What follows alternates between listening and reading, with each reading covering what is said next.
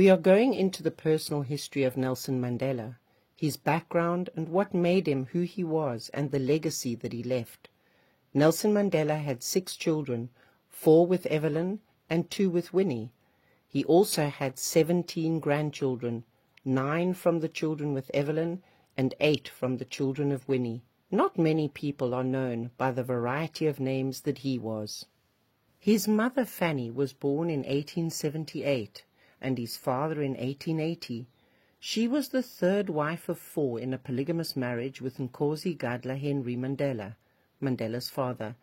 They had 4 children together, 1 son and 3 daughters.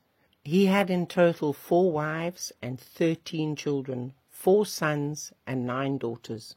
Henry was a traditionalist and chief of a tiny village called Mveso in the Eastern Cape.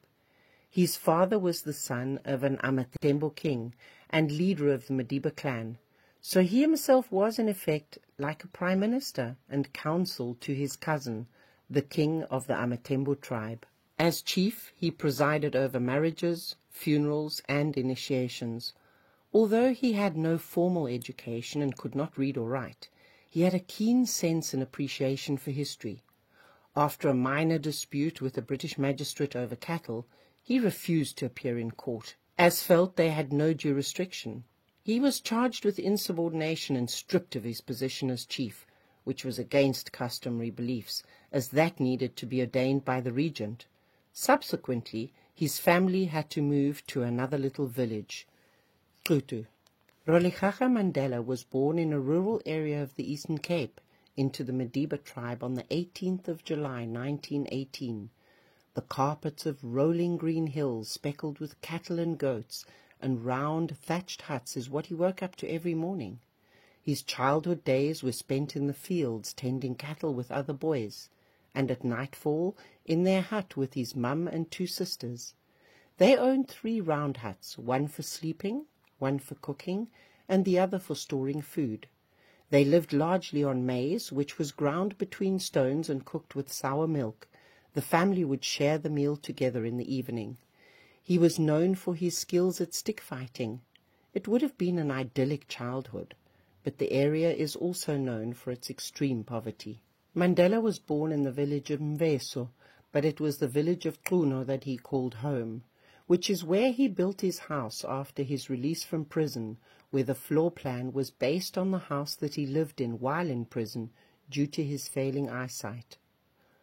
On the first day of school, his teacher gave each of the children an imperial hero's name, and from that day forward his name became Nelson, perhaps after Lord Nelson. In 1930, when he was 12 years old, his father died of tuberculosis, but on his deathbed he had asked the regent to make sure his son was educated, and the young man moved from the rural Xuno to become a ward of the acting king, Goninkaba, at the Great Place, a little remote rural outpost.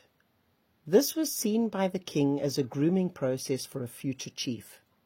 For Nelson at the time, it must have been traumatic to have to say goodbye to your mothers, since his father was polygamous, he had 4 mothers, and move into a strange home where he shared his hut with the regent's son, Justice. Although this personifies the African saying, "You are born into a tribe, not into a family." It was here that he grew to love the country life, but with the pleasures that privilege brought. It was also through close observation that he learnt the powers of leading from the regent. When he was 16, he went to a traditional initiation school to undergo the circumcision ceremony, which would be his transition into manhood. He was enrolled into a Methodist junior school where his formal education began. He then finished his senior education in a boarding school, where he started boxing and long-distance running. The school curriculum focused on British history, but his history teacher added his own oral history about the wars between the British and AmaXhosa. Nelson was the first member of his family to attend high school, and it was here that he also developed a great interest in African culture. He was among a small number of black pupils to attain a high school education in South Africa at that time. The regent chief then sent him to the University of Fort Hare with his son, Justice. It was at this time the only university for Africans, coloureds, and Indians. There he befriended people, many of whom became leaders of the anti-apartheid struggle, one of them being Oliver Tambo, who would become his partner in a law firm. Interestingly, the Transkei has produced more black leaders than any other region of South Africa. While at university, he became involved in a dispute over elections of a student council. He was asked to sit on the council, but since he felt students had boycotted the vote over dissatisfactions, he refused to take the seat. The university threatened expulsion and gave him until the end of the holidays to think it over. He decided to stick to his principles and informed the king of his decision. The king had meanwhile made wedding plans for Justice and Mandela, the brides having been chosen by himself. The bride chosen for Mandela was the girlfriend of Justice, his friend, so the two made a joint decision to run away. They stole 2 of the king's cattle and sold them and used the money to secretly escape to Johannesburg. Justice started working as a clerk for Crown Mines and secured a job for Mandela as a mine policeman through a friend of the king. When word got out that they had defied the king, both young men were dismissed. Mandela moved into a township in the north of Johannesburg and apologized to the king for being disrespectful. In this first year in Johannesburg and Alexandra Township, Mandela says he learned more about poverty than he did in all his childhood days in Kunu. A few months later, he met Walter Sisulu, who became his mentor and close friend. He moved in with him at his house in Soweto. Sisulu was a member of the ANC and influenced Mandela's political ideology. Sisulu found a job for Mandela with a firm of attorneys who registered him as an article clerk.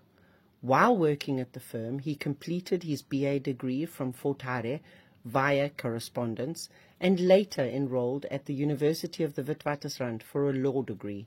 While studying, he became increasingly politically aware and involved. As the best man at Walter Sisulu's wedding in 1944, he met Evelyn Maise, the bridesmaid, who would become his first wife. Stay tuned to find out what happens.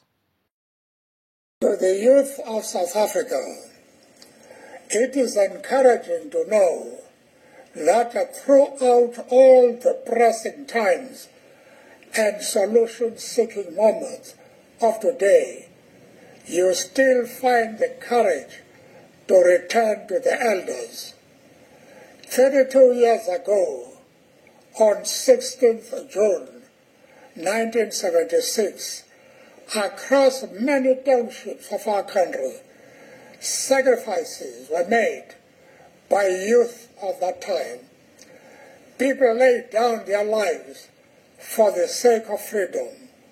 Today, their reward, and ours too, lies in you to defend our democracy, not forgetting those who had to surrender their lives for yours to be spared today. As we take stock of our accomplishment and shortcomings, we should not, by a slightest of chance, lose sight of our once ambitious dream for education, total economic participation, democracy, and freedom for all. The struggle for democracy has never been a matter pursued by one race, class, religious community, or gender among South Africans. As future leaders of this country, your challenge is to foster a nation in which all people, irrespective of race, color, sex, religion, or creed, can assert a social cohesion fully. Mindful of your own challenge, you must continue to promote the principle of relentless freedom and democracy, as it is the foundation upon which issues of human rights are ingrained. I thank you. Let me know. Oh, oh.